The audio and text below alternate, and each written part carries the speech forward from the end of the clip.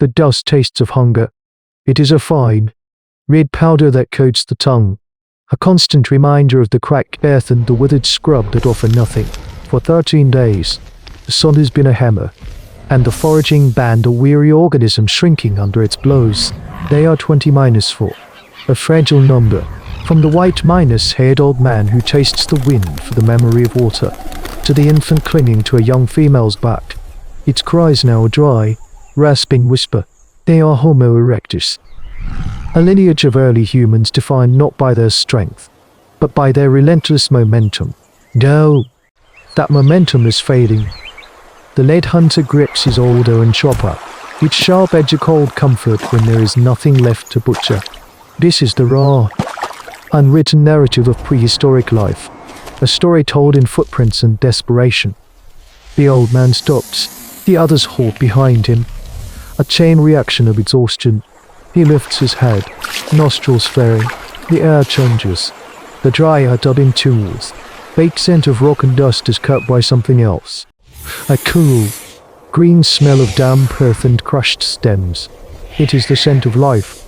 Hope. A dangerous and unfamiliar sensation. Flickers through the group. They move again. Faster now. A collective surge toward the ridge that has been their barren horizon for days. As they crest it, the world transforms. Below them lies a valley, a wound of green carved into the ochre stone, choked with a dense, towering forest of bamboo. A stream, a silver thread of impossible promise, glints in the oppressive sun. For a people on the edge of extinction, this is not just a place, it is salvation. But caution is an instinct carved deeper than hunger. They descend slowly, their movements a whisper against the stone. The silence of the valley is wrong. It is too quiet. There are no bird calls, no chatter of small mammals. There is only the rustle of a million leaves and another sound, faint at first, then terribly close, a heavy, rhythmic crack. It is the sound of a bone breaking, again and again. The hunters fan out, their stone tools held low. They find a path, not made by water or wind, but a wide swath of trampled earth and vegetation. Bamboo stalks as thick as a man's thigh lie shattered, their pulpy interiors gouged out. Whatever lives here is immense. And then they see it, through a screen of leaves. A wall of dark fur resolves into a bed, broad as a fallen tree. The creature rises, and the sun is momentarily blocked. It stands on two legs, a 10-foot giant, a colossal ape that dwarfs them into insignificance. It is a Gigantopithecus, the true king of this place, with effortless, terrifying force. It grips a thick bamboo stalk, splinters it across its knee, and begins to methodically chew the soft pith within. The cracking sound echoes through the silent valley. The clan freezes, becoming stone and shadow. Their primal fear is absolute, a cold hand squeezing the air from their lungs. This is not a predator they can fight or a beast they can scare. It is a force of nature, an obstacle of living flesh. The old man looks back at the sun-blasted hell they just escaped, then down at the green, guarded paradise before them. He turns his head slowly, deliberately, not away from the giant, but deeper into its valley.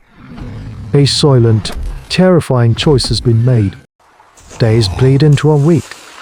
The valley's promise sours into a constant, low-grade terror. The clan exists on the periphery, a ghost-like entity clinging to the rocky slopes where the giants do not climb. They are prisoners in their own sanctuary. The bamboo is life, but it belongs to the apes. To approach is to risk being seen, and to be seen is to risk Karazua. They have witnessed one of the great apes, agitated by a territorial squabble, tear a tree from the earth by its roots. Against such power, their sharpened stones and fire-hardened spears are children's toys. The survival skills honed over generations are failing.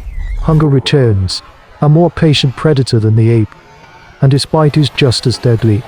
A nursing mother's milk thins to water, and the infant's cries weaken, a sound that shreds the clan's fragile morale. They are facing a choice that has defined hominid history: adapt or vanish. The old hunter watches, He is a library of wordless knowledge, his mind a tapestry of observed patterns. He holds a new tool, a heavy, teardrop-shaped Herculean hand axe. Its bifacial edge a testament to a more complex mind. He has watched the apes for days, noting their patterns. They are creatures of routine, a brute confident, but he also sees their fear. A sudden rock-slide sends them bellowing into the trees. A clap of thunder makes them retreat to the deepest parts of the grove. They are kings of this valley, but they do not rule the elements.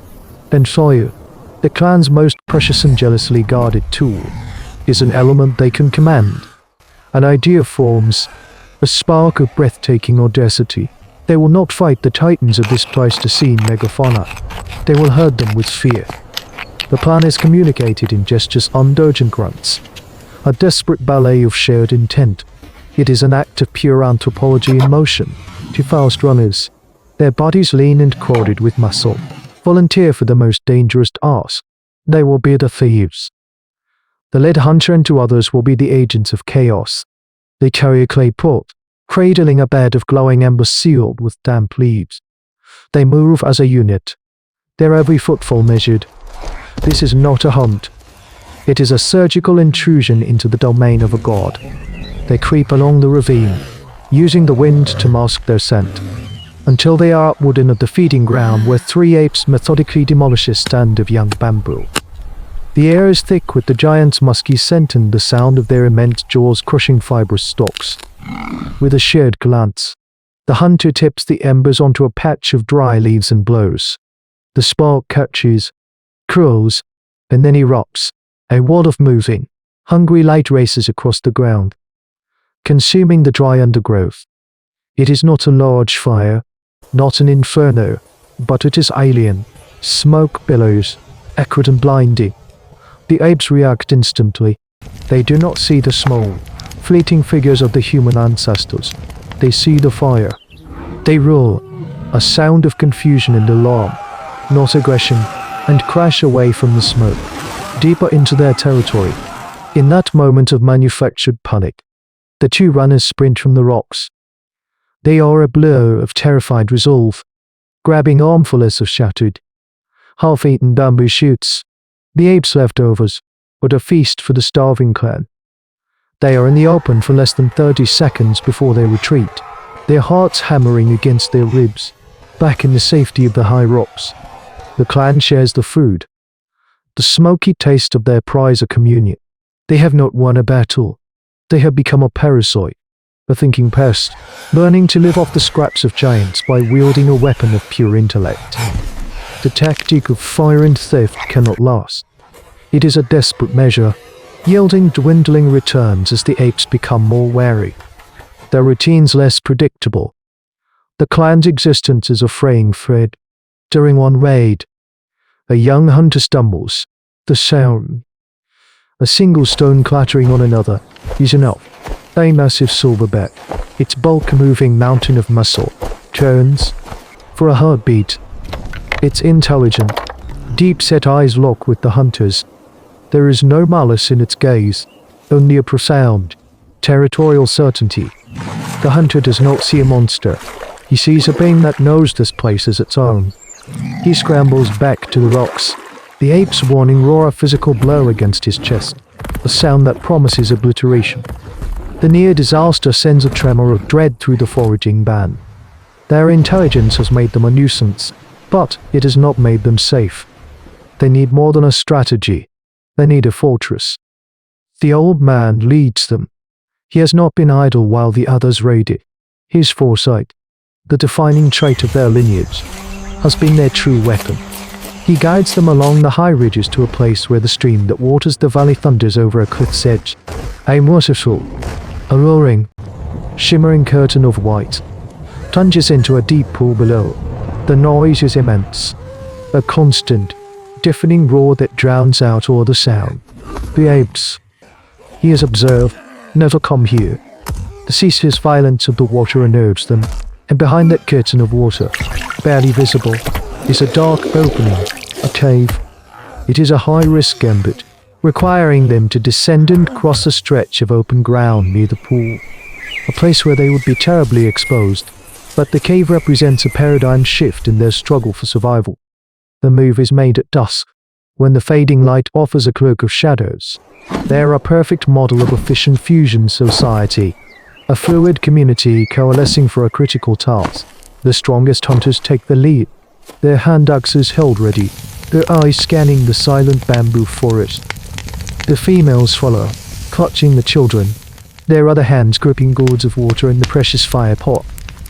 The old and the infirm are in the center, protected, their dissenters are silent, terrifying prayer.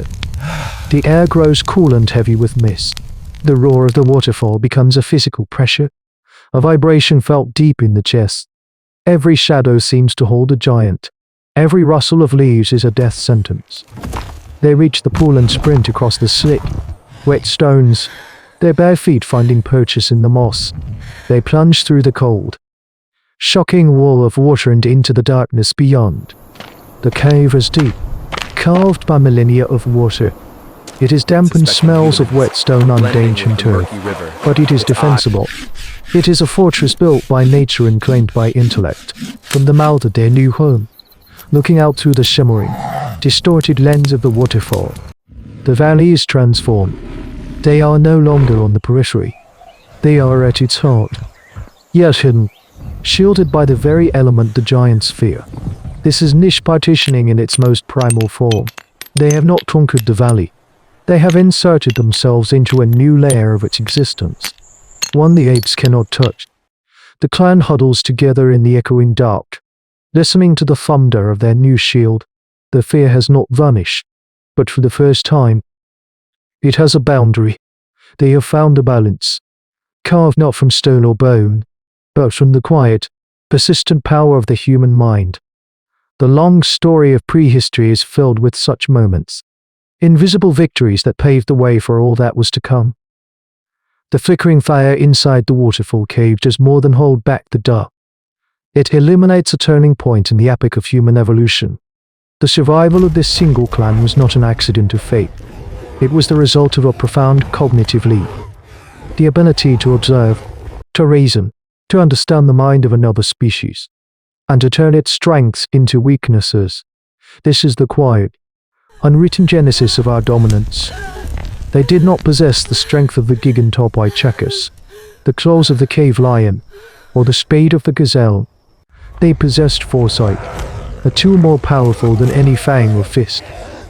They learned that the world could be re-engineered, that fear could be wielded, that community was the ultimate weapon.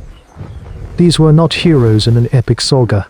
They were desperate, intelligent ancient humans making a series of hard, correct choices that rippled forward through time. Their victory was not in the defeat of the giant ape, but in establishing a balance that allowed both to exist. They chose intellect over confrontation, a lesson etched into the very bedrock of our own DNA. And as we stand in a world shaped by that intellect, we must ask, have we retained the wisdom that came with it? The wisdom to understand that not every territory must be conquered, and not every giant must be slain. The chronicle is sealed, the echo remains. And on the frozen steppe, a new kind of mind was learning to paint its soul onto the stone.